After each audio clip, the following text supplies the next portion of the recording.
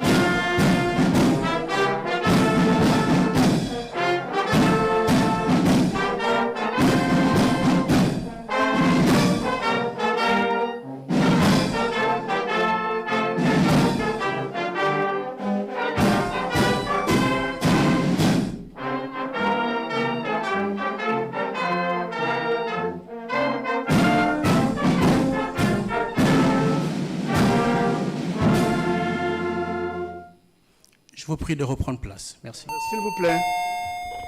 Excellences, Mesdames, Messieurs, désolé pour ce changement au niveau du protocole, mais je vous prie de bien vouloir rester debout pour que, dès à présent, nous observions une minute de silence en mémoire des collègues et de tous les compatriotes que nous avons perdus entre-temps.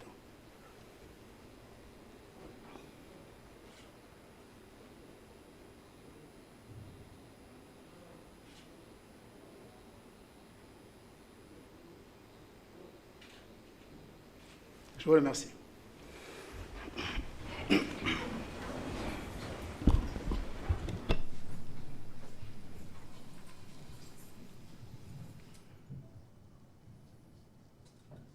Comme précédemment annoncé, j'invite à présent Monsieur le Président de l'Assemblée nationale à bien vouloir prononcer son allocution. Monsieur le Président, s'il vous plaît.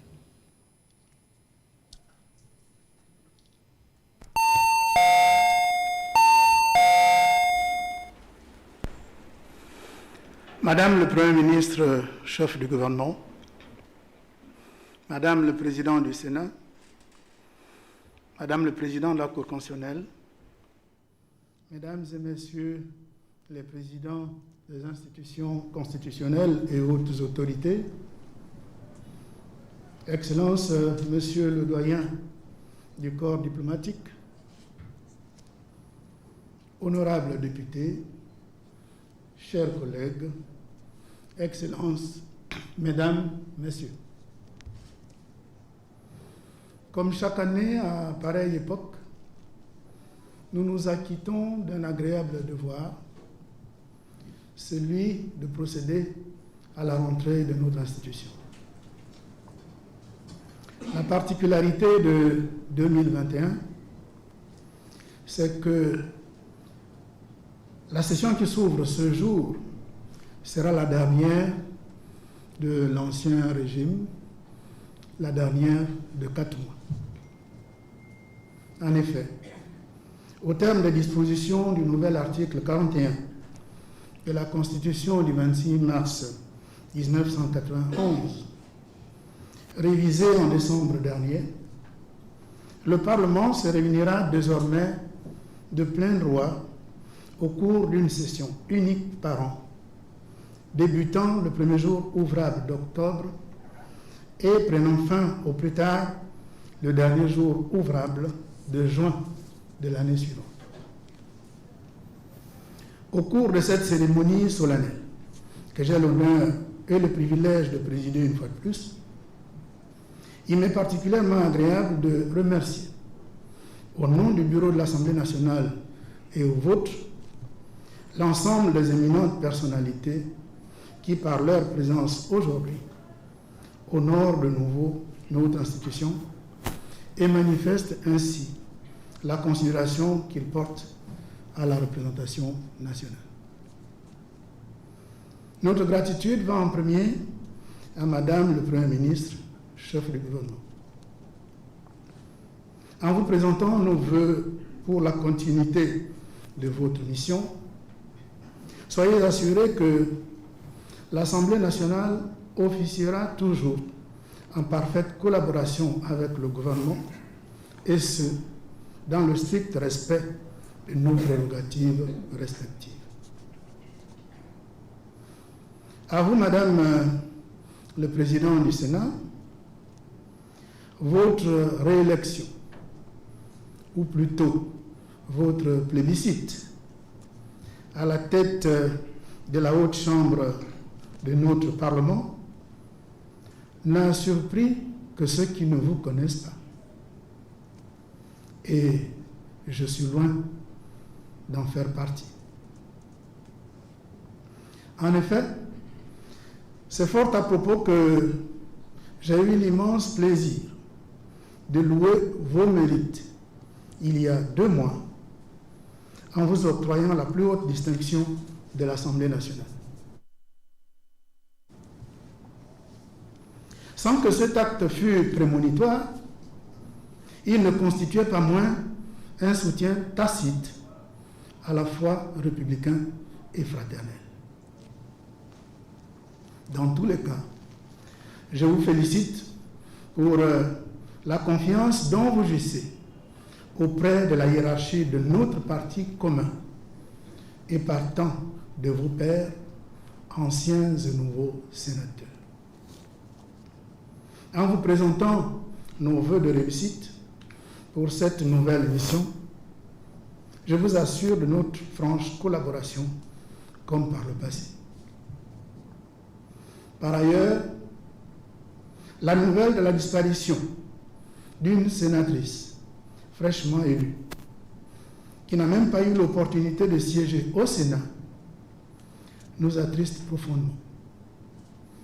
D'autant plus qu'il s'agissait d'une ancienne collègue à l'Assemblée nationale durant la 12e législature. Patriote affable, très sympathique et dépourvu de toute velléité de sectarisme, Philomène Ogoula, Philo pour les intimes, puisque c'est d'elle qu'il s'agit, était de surcroît très proche de ma famille.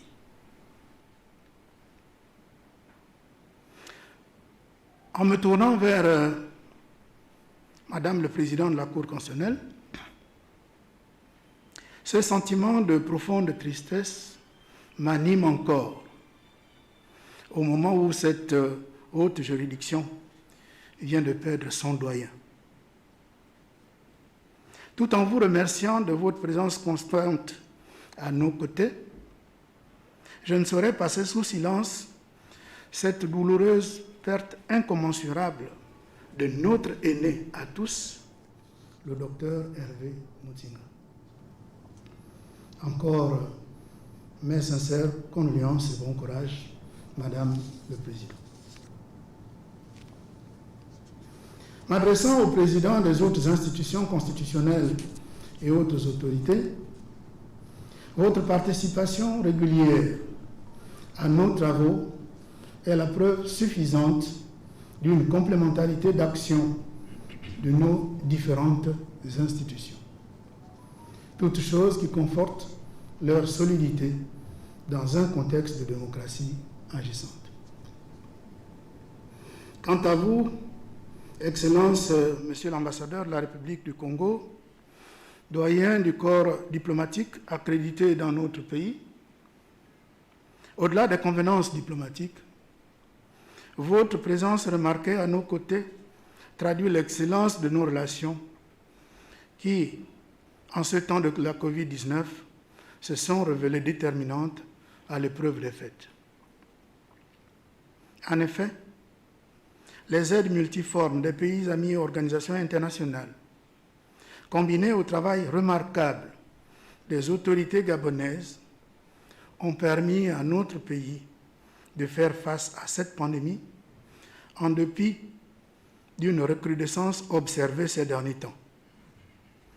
Nous apprécions fortement cet élan d'amitié et de solidarité. Par ailleurs, la réciprocité constituant un principe fondamental en diplomatie, tout en offrant leur hospitalité, voire des faveurs à des citoyens de pays amis, les Gabonais sont en droit d'en attendre, à défaut de reconnaissance, le respect de leur dignité et de surcroît envers ceux qui incarnent l'autorité de l'État. Excellences, Mesdames, Messieurs, dans son adresse à l'occasion des vœux à la nation, le président de la République a axé son discours sur la jeunesse de notre cher Gabon. En effet, il a souligné que les jeunes ont payé un lourd tribut de la crise sanitaire due à la Covid-19, car ils ont vu leur scolarité perturbée et leur rentrée sur le marché du travail être contrariée. Aussi a-t-il insisté pour que 2021 soit l'année du rattrapage. Pour lui, il va falloir tout faire pour offrir aux jeunes de véritables perspectives d'avenir. En matière d'emploi notamment, la priorité absolue est de créer de nouveaux emplois, notamment pour cette catégorie d'âge sur le marché du travail. Naturellement, l'Assemblée nationale s'en réjouit et adhère totalement à cette heureuse perspective. Madame le Premier ministre, depuis que l'Assemblée nationale vous a accordé sa confiance, elle vous soutient pleinement et n'a de cesse de vous le réitérer à chaque occasion qui le requiert. Pour paraphraser l'adage populaire selon lequel « qui aime bien châtie bien », nous considérons que qui soutient réellement conseille opportunément sans travestir la vérité. De ce fait, il ne serait pas fallacieux de penser que votre gouvernement et vous-même êtes attendus sur les résultats de votre stratégie de mise en œuvre du plan d'accélération de la transformation de notre pays, grâce notamment à la diversification de l'économie qui doit privilégier les secteurs à forte potentialité. En effet, à l'issue du dernier séminaire gouvernemental, organisé à la diligence du président de la République, vous vous êtes engagé sur la mise en place de la stratégie de développement du Gabon pour la période 2021-2023, qui vise à accélérer la transition vers l'après-pétrole en stimulant les nouveaux moteurs de croissance et en repensant le modèle social du pays. Eu égard aux instructions du chef de l'État et compte tenu de vos propres engagements, le peuple gabonais dont le président de la République et la représentation nationale notamment sommes l'émanation, vous exhortent à plus de résultats pour que les besoins immenses et légitimes de la population trouvent progressivement satisfaction. Les députés savent compter sur vous pour la réalisation de ce plan triennal, particulièrement en matière de routes, dont beaucoup sont dans un état catastrophique, de voirie, d'emploi, d'éducation, de santé, d'eau, d'électricité, j'en passe.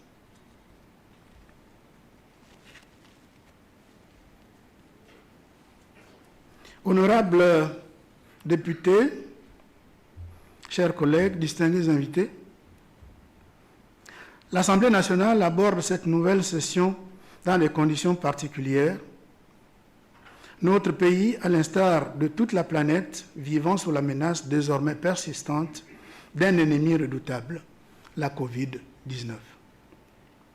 C'est l'occasion, pour moi personnellement, de réaffirmer haut et fort, s'il en était encore besoin, à l'endroit de ceux qui en douteraient toujours ou qui prennent cela à la légère, que cette pandémie existe bel et bien dans notre pays. Je connais personnellement des compatriotes qui en ont souffert, d'autres qui en souffrent encore atrocement aujourd'hui, et malheureusement, certains qui en sont morts. Ne nous risquons pas à faire le saint Thomas en attendant de voir un proche nous quitter avant de prendre conscience de la gravité de cette pandémie. Pour sa part, l'Assemblée nationale s'est félicitée de l'anticipation de la riposte orchestrée par le chef de l'État dès l'apparition du premier cas survenu dans notre pays. Depuis lors, la représentation nationale prend en considération les déclarations du gouvernement qui révèlent que la situation sanitaire est grave et approuve pour l'essentiel les mesures prises par l'exécutif afin de lui offrir toutes les chances d'éradiquer cette pandémie. Pour endiguer la propagation de cette nouvelle vague très contagieuse, nous devrions agir à l'unisson. Mieux encore, cultiver la cohésion et la solidarité nationale. À situation exceptionnelle, comportement exceptionnel. J'ai foi en une prise de conscience collective, susceptible d'engendrer une synergie citoyenne.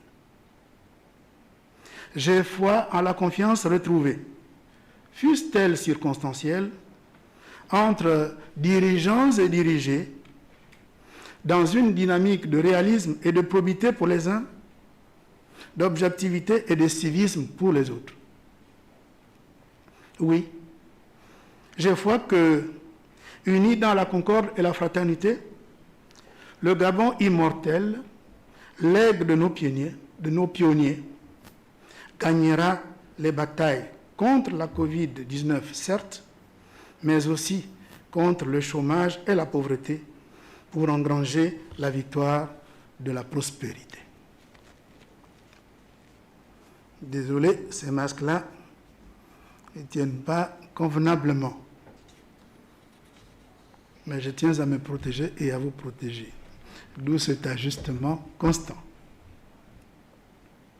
Un nouvel espoir naît des préconisations affichées par l'exécutif de vacciner d'ici peu un grand nombre de nos concitoyens qui le désireront.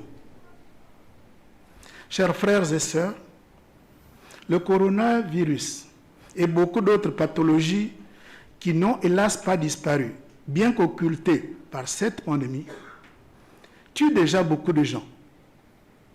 Faut-il encore en rajouter du fait des turpitudes des hommes? Malheureusement, les derniers événements survenus particulièrement à Libreville et Port-Gentil ont engendré non seulement des blessés et la destruction des biens, mais aussi des pertes en vie humaine. 2 morts. 2 morts de trop. Je profite de la présente occasion pour adresser aux familles si inutilement endeuillées des jeunes Gildas Iloko et Jinsi Eman Beaumont les condoléances de l'Assemblée nationale. Autant que faire se peut, veillons en tant que parents à sensibiliser nos descendants afin qu'ils ne succombent pas aux tentations des messages susceptibles de leur faire prendre des risques. À cet égard, le rôle initialement noble des réseaux sociaux est malencontreusement dévoyé et apparaît plus toxique que bénéfique à la société en général, à la jeunesse gabonaise en particulier.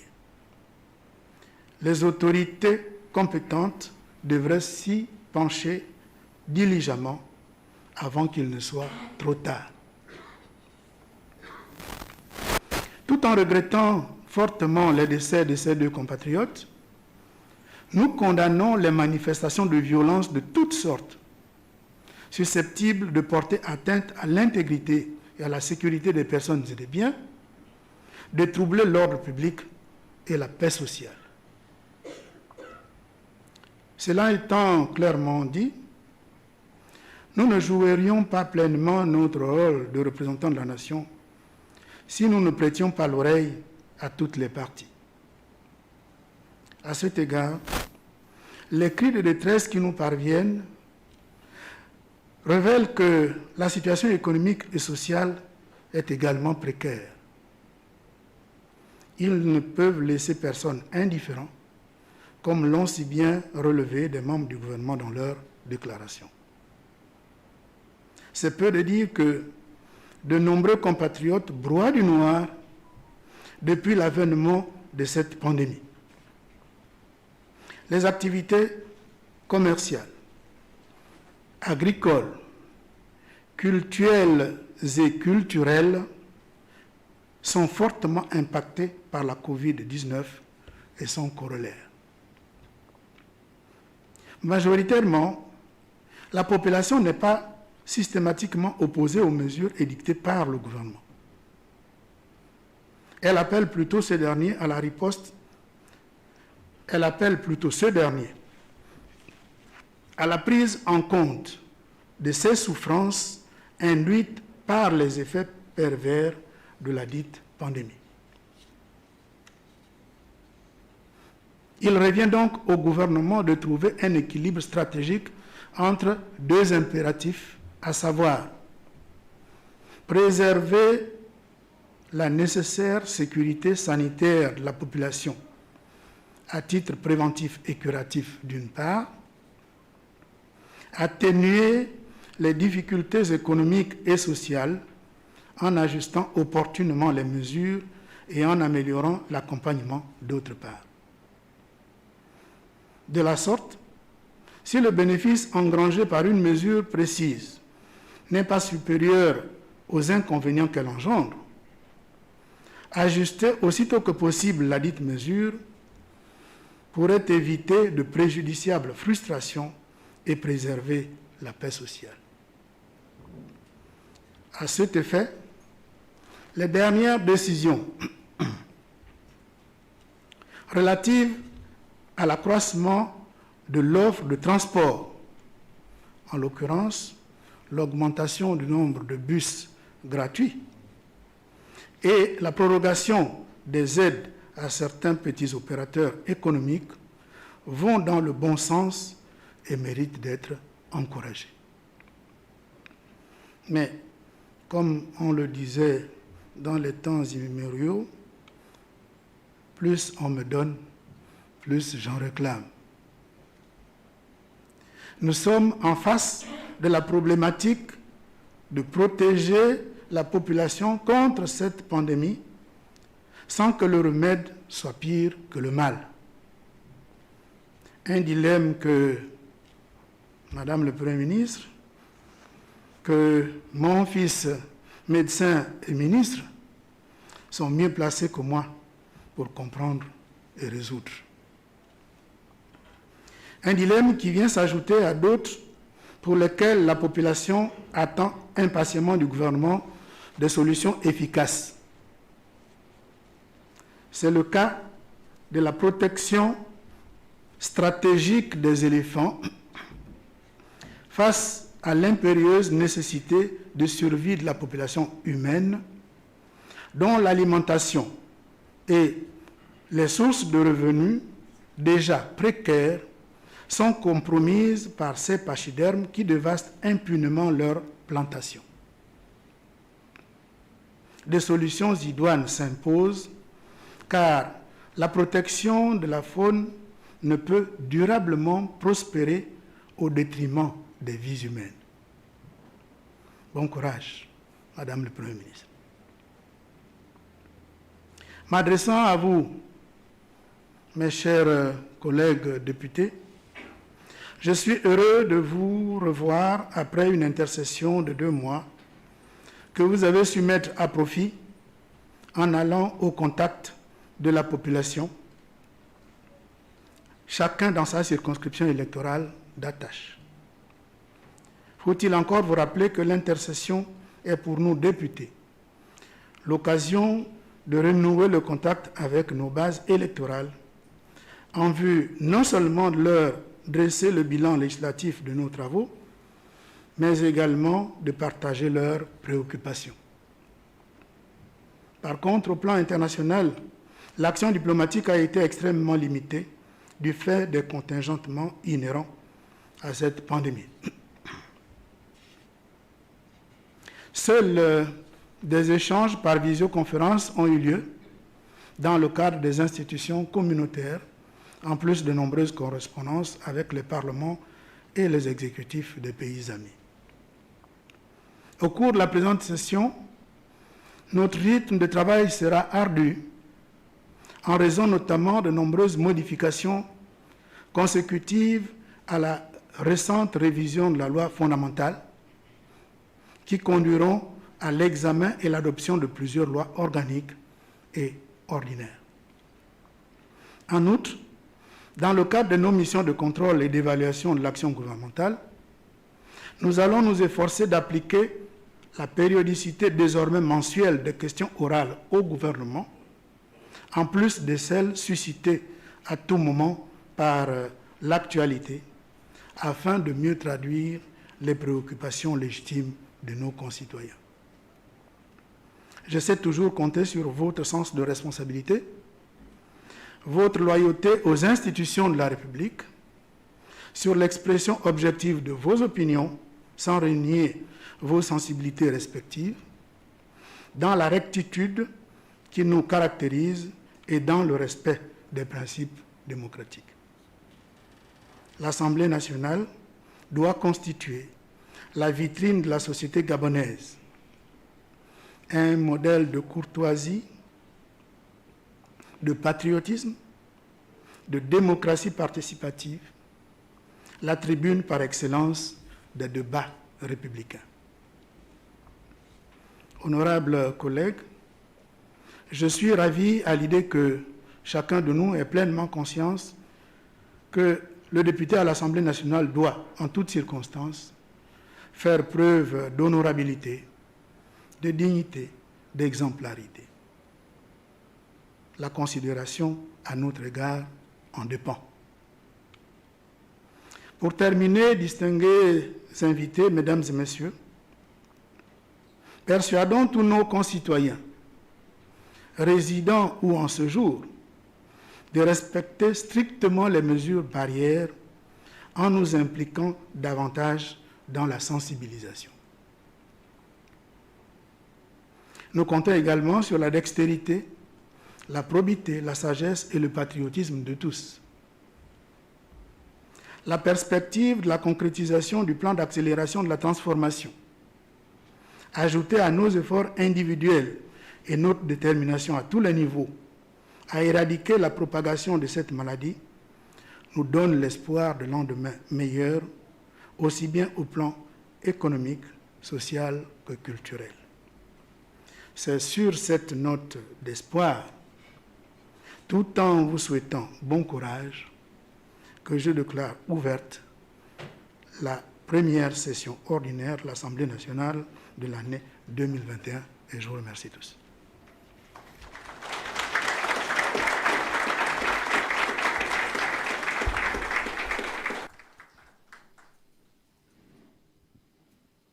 Excellences, distingués invités, Mesdames et Messieurs, la présente cérémonie est arrivée à son terme.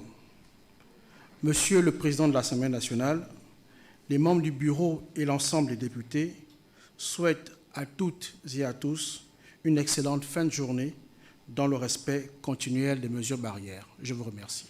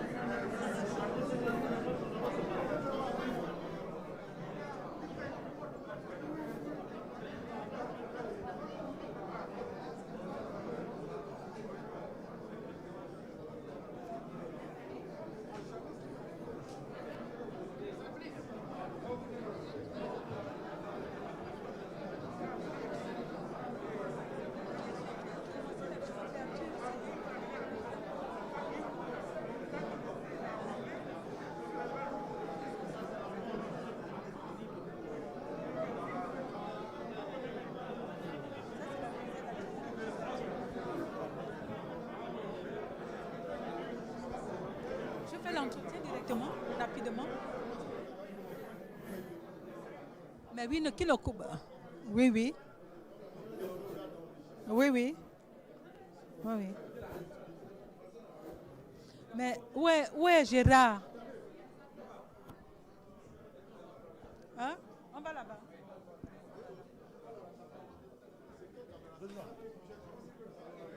Gérard, quel est le scénario? J'obéis à ton scénario. D'accord.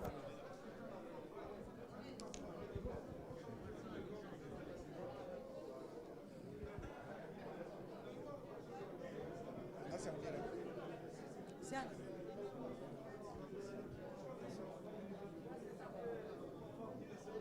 Bon, voilà le scénario. Je fais d'abord. Non, je voulais t'expliquer le scénario. Ne me le prends pas directement avec lui. Je vais aller plutôt vers lui parce que c'est mieux. Lui, il se met où? Voilà. Parce qu'il va me prendre et puis je vais marcher vers vous. Vous restez là.